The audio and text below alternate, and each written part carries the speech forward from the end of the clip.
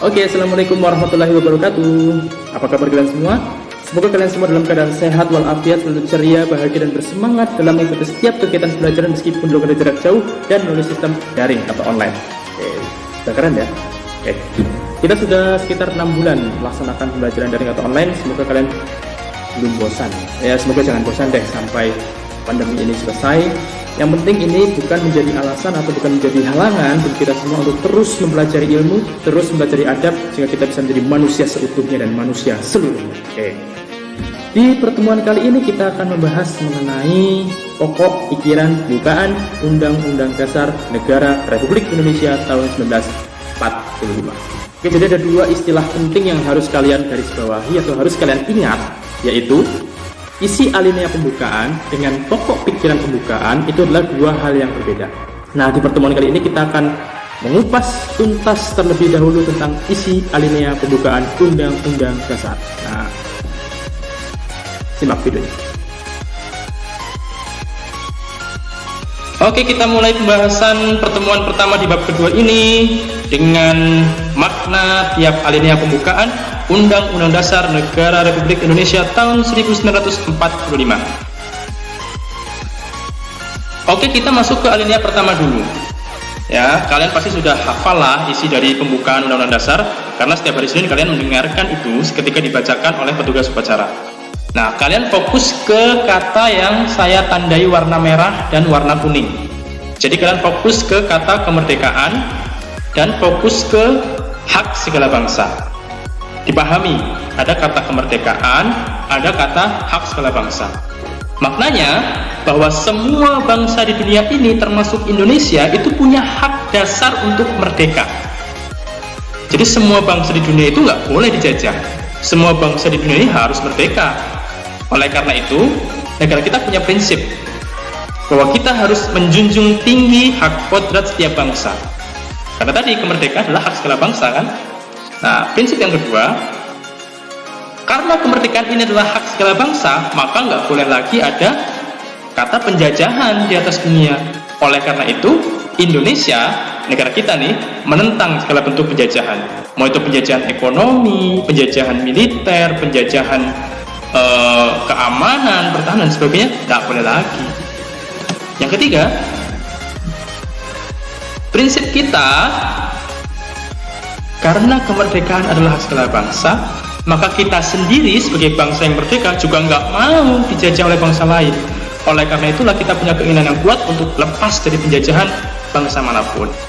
Dan yang keempat, nah ini nih yang sering kita lakukan sampai saat ini, kita itu membantu bangsa lain yang belum merdeka supaya bisa mendapatkan kemerdekaan. Kita ke alinea kedua. Kembali kalian harus fokus ke kata yang saya tandai warna merah dan warna kuning, ya. Jadi kalian fokus ke pintu gerbang kemerdekaan dan kalian fokus ke kata-kata merdeka, bersatu, berdaulat, adil, dan makmur. Perlu kalian ingat bahwa merdeka, bersatu, berdaulat, adil, dan makmur itu yang dinamakan cita-cita bangsa Indonesia. Kalau kalian bayangkan pintu gerbang sekolah kalian itu ada di depan, ada di tengah sekolah, atau ada di belakang sekolah. Tepat sekali, pintu gerbang itu letaknya ada di depan, ya, di awal. Maka pintu gerbang kemerdekaan itu juga merupakan awal dari langkah kita untuk mencapai cita-cita nasional. Jadi tugas para pahlawan yang dulu sudah merebut kemerdekaan itu hanya mengantar kita sampai ke depan pintu gerbang saja. Selanjutnya, ikhtiar kita, usaha kita untuk mencapai cita-cita nasional itu yang sangat dibutuhkan. Maknanya, kemerdekaan bukanlah akhir dari perjuangan, tetapi justru menjadi langkah awal untuk mencapai cita-cita nasional bangsa Indonesia. Oke.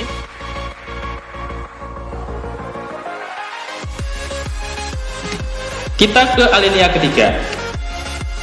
Fokus ke kata rahmat Allah, fokus ke kata keinginan luhur, dan fokus ke kata kemerdekaan. Kita ke rahmat Allah dulu. Nah, kalau kalian baca kata rahmat Allah itu yang terlintas di pikiran apa? Kasih sayang Allah, kemudian restu Allah, ridho Allah. Maka itu akan menumbuhkan motivasi spiritual atau sikap religius kita sebagai bangsa yang beradab. Bangsa Indonesia itu mengakui adanya Tuhan. Bangsa Indonesia mengakui bahwa segala hal di dunia ini itu adalah campur tangan dari Tuhan. Allah yang mengatur semuanya, termasuk kemerdekaan yang kita raih itu juga karena rahmat Allah, kasih sayang Allah. Dan kata keinginan luhur itu menumbuhkan motivasi moral kita, tekad dan ikhtiar kita untuk bisa merdeka.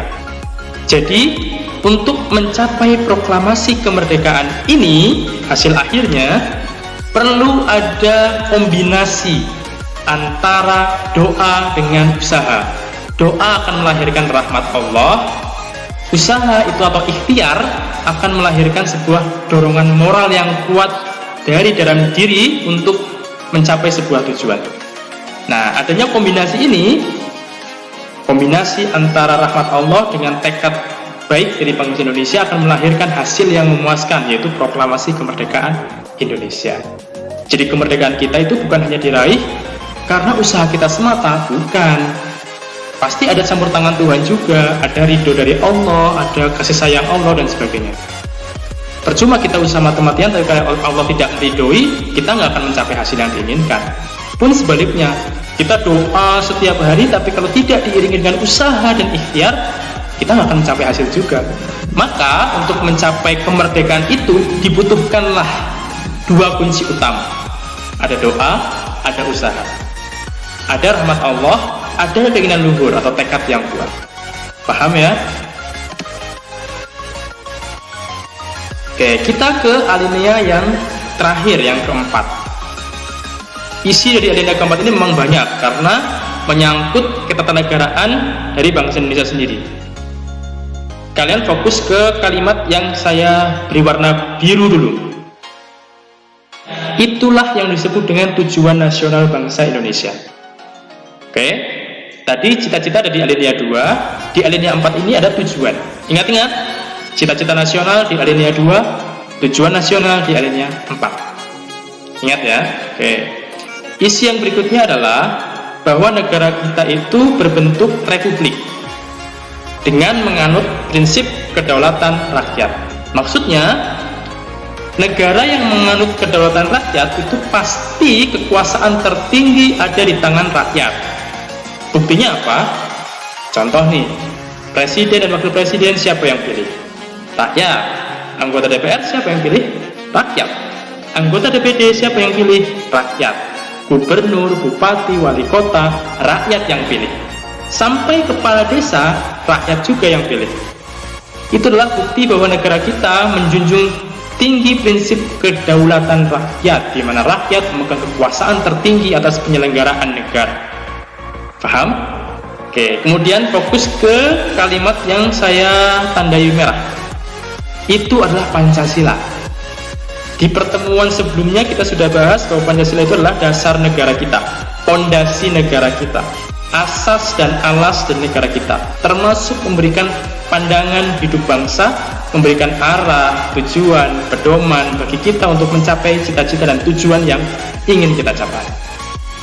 Nah, jadi di alinea keempat ini itu isinya kompleks. Ada tujuan nasional, ada dasar negara, ada bentuk negara, ada prinsip pemerintahan dan sebagainya.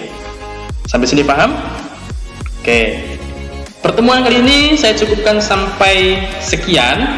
Kalau misalkan ada yang belum dipahami, kalian bisa tanyakan lebih lanjut. Oke, itu tadi adalah penjelasan mengenai isi alinea dari pembukaan Undang-Undang Dasar Negara Republik Indonesia tahun 1945. Jadi pertemuan kali ini khusus membahas tentang isi alineanya. Pertemuan berikutnya kita akan mengupas tentang pokok pikiran pembukaan. Oke, gimana? Sudah paham dengan penjelasan yang saya sampaikan tadi? Kalau kalian belum paham dengan penjelasan tadi, kalian bisa tuliskan di kolom komentar di bawah ini, atau kalian bisa juga WhatsApp ke nomor pribadi saya dengan menggunakan format yang sudah kita sepakati. Ingat, adab mengirim pesan, entah itu SMS, entah itu WhatsApp, kepada guru atau orang yang lebih tua. Pertama, sampaikan salam. Dua, ucapkan permohonan maaf karena sudah mengganggu waktu beliau. Yang ketiga, sebut nama, nomor absen, dan kelas. Yang keempat, jangan lupa sampaikan keperluan kalian secara simple, secara sederhana. Dan yang kelima, tutup dengan ucapan terima kasih dan salam penutup. Terima kasih, jadilah warga negara yang baik atau good citizen dan memiliki akhlak mulia. Sampai jumpa. Assalamualaikum warahmatullahi wabarakatuh.